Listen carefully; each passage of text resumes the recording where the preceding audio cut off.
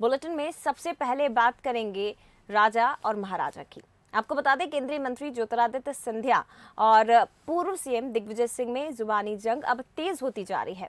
एक दिन पहले महाराजा ने राजा के गढ़ में सेंधमारी कर करीब 3000 से ज्यादा नेता और कांग्रेस कार्यकर्ताओं को बीजेपी ज्वाइन करवाई। राजा के गढ़ राघोगढ़ में महाराजा ने बिना नाम लिए इशारों ही इशारों में उन पर तीखा हमला बोला। इसके जवाब में दिग्विजय सिंह ने लटेरी में महाराज पर पलटवार किया है। उन्होंने पहली बार दलाल और गद्दार जैसे शब्दों का इस्तेमाल किया। दिग्विजय सिंह ने कहा कि जब भी झांसी की रानी की बात होती है, एक परिवार का नाम सामने आता है। उन्होंने कहा कि 50 साल में सरकार बदलते देखा, लेकिन दलाल बदलते नहीं देखा, और यदि कांग्रेस के विधायक बीजेपी में नहीं जाते तो आज कमलनाथ की सरकार होती।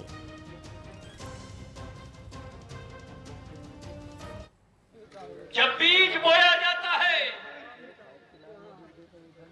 उस बीज को पानी दिया जाता है, खाद दिया जाता है, तभी वो बीज वट वृक्ष में परिवर्तित होता है। लेकिन अगर वो वट वृक्ष स्वतः ही अपने जड़ को काटने लगे तो वो समय दूर नहीं, जहां अगर नींव खोखली हो जाए तो वो वट वृक्ष बाकी नहीं रहेगा। देखो, गद्दार जो है इतिहास माफ नहीं करता। जो गद्दारी करता है उसके आने वाली पीढ़ियों याद रखते हैं कि इसने गद्दारी की थी। हमारे महाराज सिंधिया जी ने अगर कांग्रेस से गद्दारी नहीं की होती तो आज भी कमलनाथ जी की सरकार रहती कि नहीं रहती। मोह भी 50 साल हो गए राजनीति में। अरे सरकार बदलते देखो, दलाल बदलते नहीं देखे हमने। सरकार बदल जाते दलाल एक भी बने रहे थे। कभी कांग्रेस बना तो कांग्रेस की दलाल ली, भाजपा ने भाजपा की दलाल ली। तो राजा के गढ़ में थे महाराजा, जहां पर बयान उनकी तरफ से दिया गया, और उसी के बाद अब जुबानी जंग तेज हो गई है। महाराजा और राजा आमने सामने हो गए हैं। क्या कुछ प्रतिक्रिया है बीजेपी कांग्रेस की, इसी पर हम ज्यादा चर्चा करेंगे। हमारे साथ अवनीश बुंदेला जी, कांग्रेस प्रवक्ता, फोन लाइन पर जुड़ गए हैं। दुर्गेश केशवानी जी बीजेपी से हमारे साथ जुड़ गए हैं। आप दोनों का बहुत स्वागत है सर। दुर्गेश जी, सबसे पहले मैं आपके पास ही आना चाहूंगी। कल ज्योतिरादित्य सिंधिया ने बिना नाम लिए दिग्विजय सिंह पर सवाल खड़े किए थे, तंज कसा था, निशाना साधा था। आज जवाब दिया गया है दिग्विजय सिंह की तरफ से, गद्दार जैसे शब्दों का प्रयोग ज्योतिरादित्य सिंधिया के लिए किया है। देखिए जया जी, दिग्विजय सिंह जी को कोई गंभीरता से लेता नहीं। यही कारण है कि जब वो भोपाल से चुनाव लड़े तो 3.5 लाख वोटों से भी ज्यादा हारे। और अब जब ये गद्दार खुद्दार की जो बातें कर रहे हैं, मुझे लगता है कि कल जब सिंधिया जी राधोगढ़ में थे तो जब उन्होंने उनके वहाँ के जो समर्थक थे जिन्होंने बीजेपी ज्वाइन की, उससे कांग्रेस के दिग्विजय सिंह जी निश्चित रूप से बौखला गए हैं। क्योंकि उनके गढ़ में जाकर अगर उनके ही लोग अगर भारतीय जनता पार्टी ज्वाइन करे तो निश्चित रूप से अपने ऐबों को छुपाने के लिए दिग्विजय सिंह जी इस तरह के आरोप लगाना शुरू कर दिए उन्होंने। वो 2018 में अगर हम जाएंगे, जब वक्त से बदलाव की बात कांग्रेस कर रही थी, तो ये वही दिग्विजय सिंह थे जिनका जो महाराज कहकर भी उनका कंठ नहीं सूख रहा था, बार बार महाराज की बातें कर रहे थे। उनको येन केन प्रकरण सत्ता में आना था। सत्ता में आए, उनके मंत्रियों ने उन्हीं पे आरोप लगाए कि दिग्विजय सिंह जी सबसे बड़े माफिया हैं, दिग्विजय सिंह जी सबसे बड़े लुटेरे हैं, दिग्विजय सिंह जी रेत का काम करते हैं, और जो भी योजनाएं सरकार की बनती हैं वो दिग्विजय सिंह जी के इशारे पे बनती हैं। तो ये इससे स्पष्ट हो गया कि कांग्रेस के लोग सिर्फ और सिर्फ लूटने आए थे। अब जब सत्ता नहीं है तो खिसियानी बिल्ली खंबा नोचे की स्थिति में गद्दार खुद्दार को लेकर भी वो जनता के बीच में 28 चुनाव में गए, जनता ने उनको मुंह की खिलाई और वो वापस विपक्ष में आके बैठ गए। तो मुझे लगता है कि सत्ता जाने के गम में दिग्विजय सिंह जी अनर्गल प्रलाप कर रहे हैं। कांग्रेस मध्य प्रदेश में अस्तांचल की हो रही। ठीक है, जवाब ले लेते हैं। अवनीश बुंदेला जी हमारे साथ जुड़े हुए हैं। अवनीश जी, दुर्गेश जी के सवालों का जवाब दीजिए। और क्योंकि दिग्विजय सिंह ने ये कहा है कि यदि कांग्रेस के विधायक बीजेपी में नहीं जाते तो आज कमलनाथ की सरकार होती, तो क्या एक बार फिर से खुले मंच से दर्द छलका है दिग्विजय सिंह का?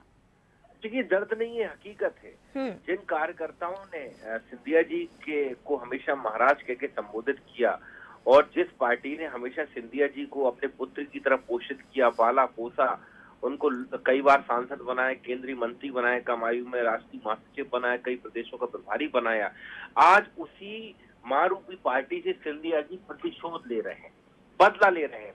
और ये उसी के फलस्वरूप है कि सिंधिया जी कभी राधौगढ़ में जाते हैं, कभी राजस्थान में सचिन पायलट को तोड़ने का प्रयास करते हैं, उसमें भी उनका नाम दलाली में आता है। और दलाल तो है, सिंधिया परिवार दलाल है, गद्दार है, ये बात स्पष्ट है। ये बात हम नहीं कह रहे हैं, ये बात खुद निरंतर 1924 से आरएसएस और भाजपा के लोग कहते रहे हैं। और वो बकायदा आपने सुना भी होगा, खूब लड़ी मर्दानी वो तो झांसी वाली रानी, सिंधिया ने भी गद्दारी की, ये भी उसमें वो स्पष्ट रूप से लिखा है। तो ये देखिए दिग्विजय सिंह जी जो कह रहे हैं बिल्कुल सही कह रहे हैं, लेकिन हाँ एक बात मुझसे जरूर जवाब ले लीजिएगा। जी दुर्गेश जी आऊंगी आपके पास। सिंधिया जी पूरी तरह से प्रतिशोध की आग में जली। ये वो पुत्र है दुर्भाग्य से अपनी माँ का, कि जिस माँ के 4 बेटे थे उस माँ ने पाला पोसा पोषित किया, सब कुछ दिया, और जब आखिरी में एक जंजीर या कुछ एक आभूषण माँ नहीं दे पाई तो उस माँ की हत्या करने पर आमदा है। ये वो सिंधिया है। ये सिंधिया ये उसी के सुपुत्र नहीं कुपुत्र है जो उस माँ की निरंतर हत्या कर रहे हैं और उस माँ के निरंतर आभूषण उतार रहे हैं। क्योंकि आपने देखा, जहाँ तक बात गढ़ में जाने की है, सिंधिया जी के उसी गढ़ ग्वालियर में जाकर आपने देखा होगा, हमने 7 सीटें जीती, 7 सीटें करेरा जीती, आप देखें हमने सुमावली जीती, ग्वालियर प्रॉपर में हम जीते, कई बड़ी बड़ी रैलियां की, और वहां जाके हमारी पार्टी खत्म नहीं हुई, कार्यकर्ता खत्म नहीं हुए, बल्कि कांग्रेस पार्टी और मजबूत हुई। और ये बात स्पष्ट है कि सिंधिया परिवार गद्दार है, दलाल है। ये हम नहीं कह रहे, इतिहास के पन्नों में दर्ज है, और ये खुद भाजपा के लोग कई साल तक कहते रहे सिंधिया परिवार को गद्दार। ठीक है, जवाब ले लेते हैं अवनीश बुंदेला जी। ठीक है, जवाब ले लेते हैं केशवानी जी।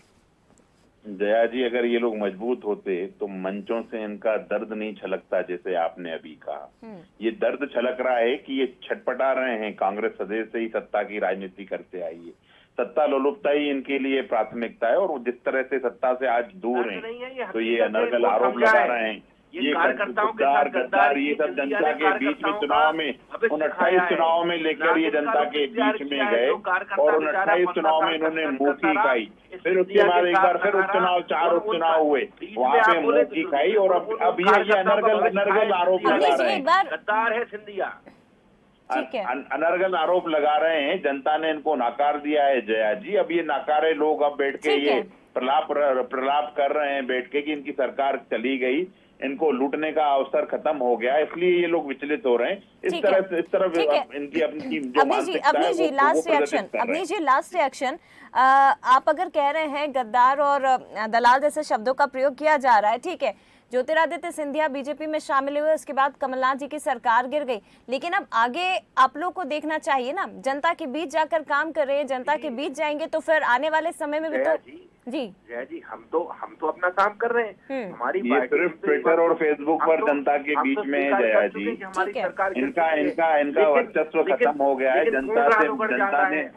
जनता ने इनको छोड़ दिया है। यही कारण है कि ये सिर्फ ट्विटर और फेसबुक और चैनलों के माध्यम से आरोप लगाते हैं, जनता का मुंह भंग हो चुका है। जारी है, चाहे आप सचिन बिरला को देख लें, किसी को देख लें, ये हमेशा आज अपना गंदा काम कर रहे हैं। ठीक है, लेकिन कांग्रेस के इतने कार्यकर्ता अवनीश जी जब बीजेपी में कल शामिल हुए हैं तो उन कार्यकर्ताओं की भी मंशा होगी कि वो बीजेपी को ज्वाइन करें, क्योंकि ये तस्वीरें तो हमने पहले भी देखी हुई है। फिलहाल समय की क्योंकि माफ करिएगा मेरे पास थोड़ी सी कमी है। आप दोनों का बहुत धन्यवाद, दुर्गेश केशवानी जी, इसके साथ ही अवनीश बुंदेला जी, आप दोनों का बहुत शुक्रिया। तो देखिए, कल महाराज ज्योतिरादित्य सिंधिया जिन्होंने बिना नाम लिए राघोगढ़ पहुंचे, गुना पहुंचे और यहाँ पर दिग्विजय सिंह पर सवाल खड़े किया, लेकिन नाम नहीं लिया, लेकिन आज नाम लेते हुए दिग्विजय सिंह ने आड़े हाथों लिया है ज्योतिरादित्य सिंधिया को, और एक बार फिर से उन्होंने कहा कि यदि वो बीजेपी में शामिल नहीं होते तो आज कमलनाथ की सरकार होती।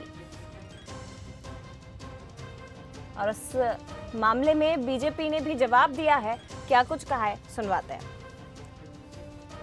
देखिए, आज दिग्विजय सिंह जी को सिंधिया जी में तमाम प्रकार की बुराइयां और दोष नजर आते हैं। जब सिंधिया जी कांग्रेस पार्टी में थे तब दिग्विजय सिंह जी उनके आगे पीछे घूमते थे, उनकी तारीफ में कसीदे पढ़ते थे। ये दिग्विजय सिंह जी की सोच पर तरस आता है। दिग्विजय सिंह जी, गद्दारी तो आपने और कमलनाथ जी ने करी है, जिन्होंने मध्य प्रदेश के किसानों के साथ धोखा किया, मध्य प्रदेश के युवाओं के साथ धोखा किया, मध्य प्रदेश की बहन बेटियों के साथ छल कपट किया, पूरे मध्य प्रदेश को ठगाया आपने और कमलनाथ जी ने। धोखा उसको कहते हैं जो आपने और कमलनाथ जी ने किया, गद्दारी उसको कहते हैं जो आपने और कमलनाथ जी ने करी, और जिसका नतीजा आपको 28 सीटों का उपचुनाव मिला, 4 सीटों का उपचुनाव मिला, और 2023 में और 2 की विधानसभा और 2024 की लोकसभा मध्य प्रदेश की जनता कांग्रेस को, कमलनाथ जी और दिग्विजय सिंह जी आपको आपकी गद्दारी का सबक सिखाएगी।